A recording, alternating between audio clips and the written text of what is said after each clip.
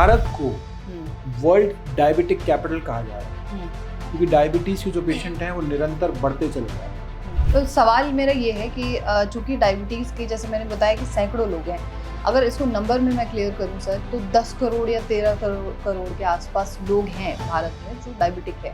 10 करोड़ वो जो डायबिटिक हैं और 13 करोड़ वो जो प्री डायबिटिक है। हो सकता है ये नंबर आगे पीछे भी हो सकता है।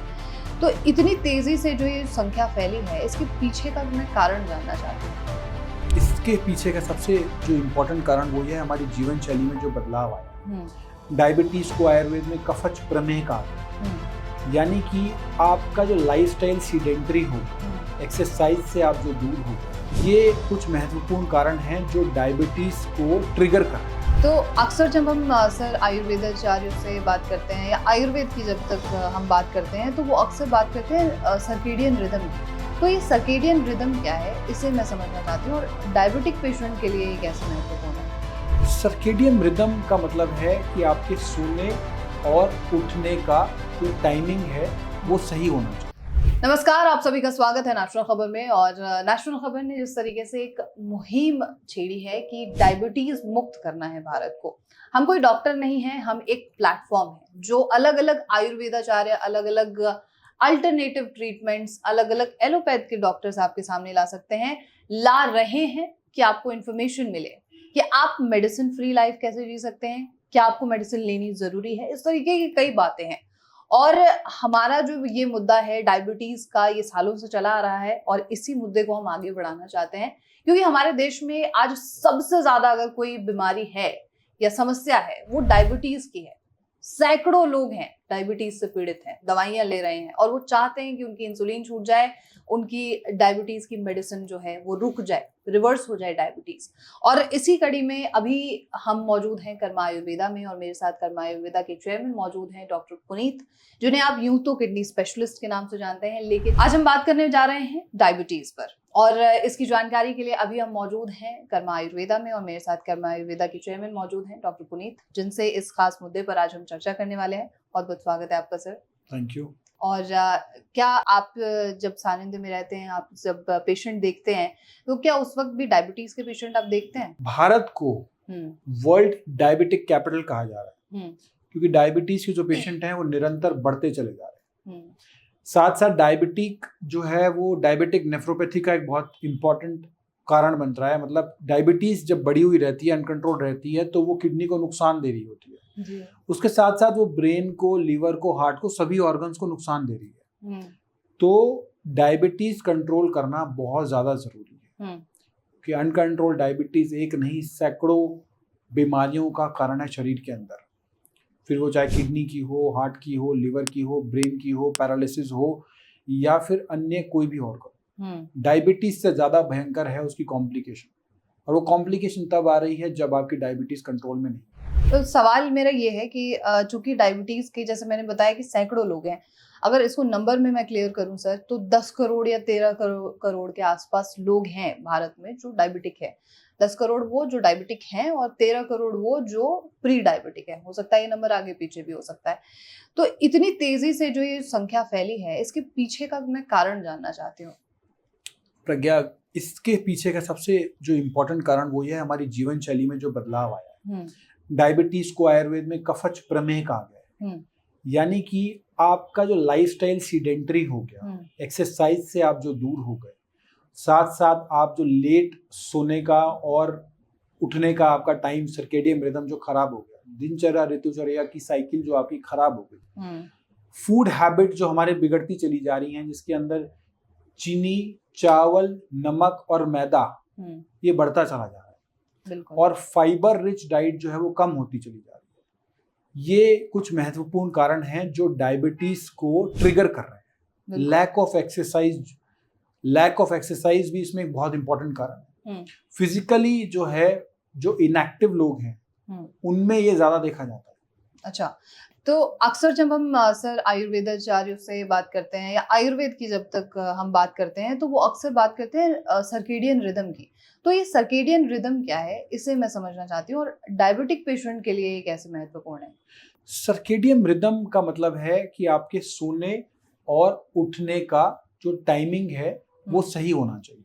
मतलब अगर आपको सूर्योदय पे उठना है तो आप सूर्योदय पे उठ रहे हो, 6 बजे 7 बजे आप उठ रहे हो। सोने का समय आपका 8 बजे 9 बजे 10 बजे तक आप सो रहे हो। आप जब सोते 2 बजे हो रात के और उठते हो सुबह 10 बजे, तो आपकी सर्केडियन रिदम की साइकिल खराब है। मेलाटोनिन का सिक्रीशन खराब होगा, हार्मोन्स का सिक्रीशन बिगड़ जाएगा। जब हार्मोन का सिक्रीशन बिगड़ता है तो पैंक्रियास पे भी इफेक्ट आता है और साथ में इंसुलिन की जो सेंसिटिविटी होती है और एब्जॉर्प्शन होता है वो बिगड़ता चला जाता है। जिस वजह से डायबिटीज जो है वो एक ट्रिगरिंग फैक्टर बन जाता है जब सर्केडियन रिदम खराब होती है। ना केवल डायबिटीज बल्कि पूरी बॉडी के जितनी भी क्रियाएं हो रही हैं सब इम्पैक्ट हो जाती हैं। तो what is a circadian rhythm, अगर इजी भाषा में आप समझाएं तो? आपके सोने का टाइम और आपके उठने का टाइम और आपके उसके हिसाब से आपके खाने का समय होता है। अच्छा। अगर आप सुबह 6 बजे उठ रहे हो तो आप एक ब्रेकफास्ट लोगे, फिर आप एक लंच लोगे, वो राइट टाइम पे होगा। अब आप उठी 10 बजे रहे हो तो आप ब्रेकफास्ट लोगे और लंच लोगे, उसका टाइम भी खराब होगा। बिल्कुल, क्योंकि हमारा पीक टाइम जो खाने का आता है वो आता है लंच टाइम में। तो लंच टाइम में आप लंच कर पाओगे 1 बजे 2 बजे, जब पित्त हमारा प्रधान है, जठर अग्नि हमारी प्रबल है जी, उस समय हमारा जो है वो राइट टाइम आ जाएगा। उसके बाद सूर्यास्त के बाद आपने कुछ नहीं खाया और आप टाइम से सो गए, सर्केडियन रिदम भी ठीक हुआ, गट हेल्थ भी ठीक हुई और फिर आपने सूर्योदय के बाद दोबारा से लेना शुरू किया। यानी कि 13 से 14 घंटे की जो फास्टिंग है वो आपकी राइट सर्केडियन रिदम से अपने आप हो जाती है।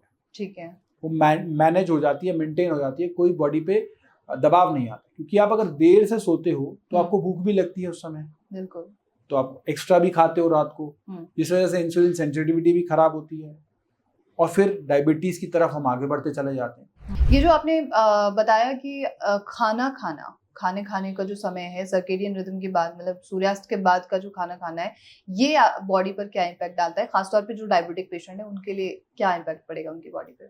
जो डायबिटिक पेशेंट है अगर वो रात को खाना खा रहे हैं तो वो प्रॉपर डाइजेस्ट नहीं हो पाता, क्योंकि हमारी जठर अग्नि जो है ना वो मंद है, मतलब डाइजेस्टिव फायर। जैसे किचन की अग्नि जो है वो खाने को पकाती है, वैसे हमारी बॉडी की अग्नि खाने को पचाती है। तो अब हमने जो खाया वो हमारी बॉडी में जब पचता है तो रस, रक्त, मांस, मेद, अस्थि, मज्जा और शुक्र बनता है, 7 धातुएं बनती है। और जब हमारी जठर अग्नि मंद है तो वो खाना पचता नहीं है, वो आम के रूप में यानी कि टॉक्सिन्स के रूप में हमारी बॉडी में बना रहता है। और आम यानी कि टॉक्सिन्स जो हैं वो 107 बीमारियों का कारण बताए गए हैं आयुर्वेद में, जिसके अंदर कफज, प्रमेह, डायबिटीज भी एक बीमारी है। और डायबिटीज जो है वो तब ट्रिगर हो रही है जब हमारा सारी लाइफस्टाइल इम्बैलेंस हो रही है।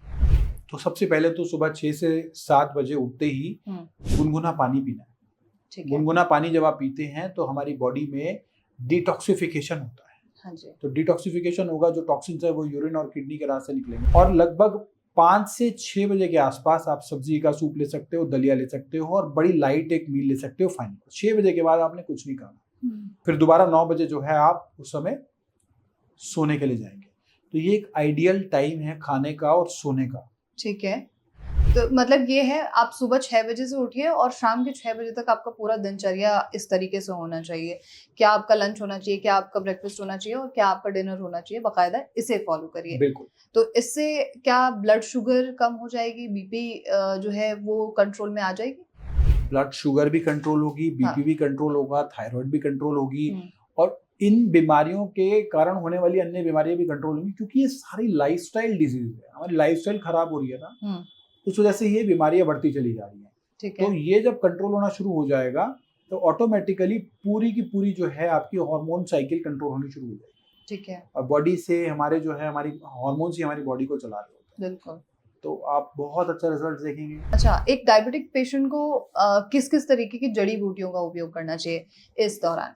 पहले तो आपने मेथी का मॉर्निंग में पानी लेना है, इससे इंसुलिन सेंसिटिविटी इंप्रूव होती है। देन फिर करेला का आप यूज कर सकते हैं। करेले में क्या होता है, इसके अंदर चेरेटिन नामक एक तत्व होता है करेले में, जो इंसुलिन को कार्यशील बनाता है। तो ये सारी चीजें डायबिटीज को रिवर्स करने के लिए काफी है, ये प्रोटोकॉल काफी है। आखिरी मेरा सवाल आपसे और होगा सर कि एक तो आपका क्या संदेश होगा लोगों के लिए, क्या मैसेज होगा, और दूसरा अगर कोई व्यक्ति चाहता है कि इसे अब स्टार्ट कर दिया जाए तो उसके लिए सबसे पहला स्टेप क्या होगा?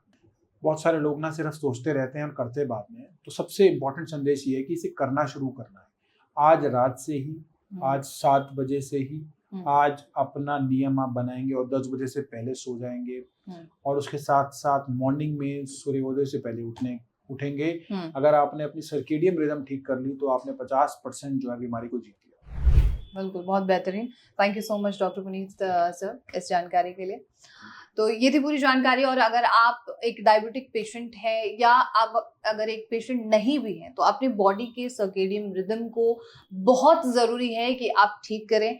सैकड़ों डॉक्टर्स से बात करने के बाद मुझे ये चीज़ बहुत बेहतरीन तरीके से समझ आ रही है कि अगर आप अपने बॉडी क्लॉक को ठीक कर लेते हैं तो आपकी तमाम बीमारियां जो हैं वो खुद ब खुद ही रिवर्स होना शुरू हो जाती है। बहरहाल, अगर आपके मन में कोई सवाल हो सर्केडियन रिदम से रिलेटेड या आप एक डायबिटिक पेशेंट हैं और दवाएं ले रहे हैं, छोड़ना चाहते हैं, तो आप उससे जुड़े सवाल पूछ सकते हैं और कर्मा आयुर्वेदा की टीम जो है वो आप तमाम सवालों के जवाब आपको रिपोर्ट करेगी। और ऐसी तमाम खबरों के लिए आप देखते रहिए नेशनल खबर।